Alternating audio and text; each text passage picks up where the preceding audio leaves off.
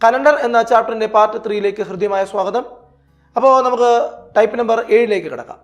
2003 March 5 തിങ്കളെങ്കിൽ November 5 ഏത് ദിവസമായിരിക്കും? 2003 എന്ന് പറയുന്ന ഒരു സാധാരണ വർഷത്തെ നമ്മൾ നോട്ട് ചെയ്തു. തന്നിരിക്കുന്ന വർഷം ഒരു സാധാരണ വർഷമാണ്. ആ സാധാരണ വർഷത്തിലെ മാർച്ച് 5 തിങ്കളാണ് എങ്കിൽ നവംബർ 5 ഏത് ദിവസമായിരിക്കും? ഒരു സാധാരണ വർഷത്തെ മാർച്ച് നവംബർ മാസത്തിലെ കലണ്ടറുകൾ ആവർത്തിക്കപ്പെടും, ഒരുപോലിരിക്കും.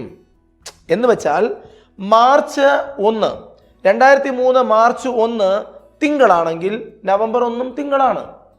അങ്ങനെ ഒരു സാധാരണ വർഷത്തിൽ ഒരേ കലണ്ടർ ഉപയോഗിക്കാൻ കഴിയുന്ന മാസങ്ങളാണ് മാർച്ചും നവംബറും. അപ്പോൾ നിങ്ങൾക്ക് സംശയം വേറെ ഏതെങ്കിലും മാസങ്ങൾ അങ്ങനെ ഉണ്ടോ എന്നാണ്. ഒരേ സമയം ഒരു ക്ലാസ് റൂമിൻ്റെയും ഒരു മികച്ച PSC റാങ്ക് ഫെയിലിൻ്റെയും ഗുണം തരുന്ന ചരിത്രത്തിലെ ആദ്യത്തെ ഓൺലൈൻ PSC ആപ്ലിക്കേഷൻ. അങ്ങനെ വേറെയും മാസങ്ങളുണ്ട്. ഏപ്രിലും ജൂലൈയും അങ്ങനെ ഉപയോഗിക്കാൻ കഴിയും. ഒരു സാധാരണ വർഷത്തിൽ ഒരേ കലണ്ടർ ആവർത്തിക്കുന്ന മറ്റ് മാസങ്ങളാണ് ഏപ്രിലും ജൂലൈയും. സെപ്റ്റംബർ ഡിസംബർ ഈ മാസങ്ങളുടെയൊക്കെ പ്രത്യേകത ഒരു സാധാരണ വർഷത്തിൽ ഒരേപോലത്തെ കലണ്ടർ ഉപയോഗിക്കാൻ കഴിയുന്ന മാസങ്ങളാണ് March November April July September December. PSC മറ്റൊരു ചോദ്യം ചോദിക്കാറുണ്ട്, ഒരു സാധാരണ വർഷത്തിൽ ഒരേ കലണ്ടർ ഉപയോഗിക്കാൻ കഴിയുന്ന തൊട്ടടുത്ത മാസങ്ങൾ ഏതൊക്കെയാണെന്ന്. അപ്പോൾ നമ്മൾ ഉത്തരം പറയണം ഫെബ്രുവരിയും മാർച്ചും. ഓർത്തു വെക്കണേ, ഒരു സാധാരണ വർഷം ഒരേ കലണ്ടർ ഉപയോഗിക്കാൻ കഴിയുന്ന തൊട്ടടുത്ത മാസങ്ങളാണ് ഫെബ്രുവരി മാർച്ച്.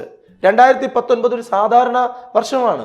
ആ വർഷത്തിലെ ഫെബ്രുവരി മാർച്ചിലെ കലണ്ടറുകൾ ഒരേപോലെ നമുക്ക് ഉപയോഗിക്കാൻ കഴിയും. എന്ന് വെച്ചാൽ 2019 സാധാരണ വർഷമായതുകൊണ്ട് ഒരേ കലണ്ടർ ഉപയോഗിക്കാൻ കഴിയുന്ന തൊട്ടടുത്ത മാസങ്ങൾ ഫെബ്രുവരി മാർച്ചുമാണ്. ഫെബ്രുവരിയിൽ 1 തീയതി തിങ്കളാണെങ്കിൽ മാർച്ച് 1 തിങ്കളായിരിക്കും. ഫെബ്രുവരി 1 ബുധനാണെങ്കിൽ മാർച്ച് 1 ബുധനായിരിക്കും. അപ്പോൾ ഈ ചോദ്യത്തിന്റെ ഉത്തരത്തിലേക്ക് വരാം. 2003 ഒരു സാധാരണ വർഷം, മാർച്ച് 5 തിങ്കളെങ്കിൽ നമുക്ക് നിസ്സംശയം ഉത്തരം പറയാം നവംബർ 5 തിങ്കളായിരിക്കും. മാർച്ച് നവംബർ പേരാണ്. ഒരേപോലെ ഉപയോഗിക്കാൻ കഴിയുന്ന മാസത്തെ കലണ്ടറുകളാണ് മാർച്ചും നവംബറും. മാർച്ച് 5 തിങ്കളെങ്കിൽ നവംബർ 5 തിങ്കൾ.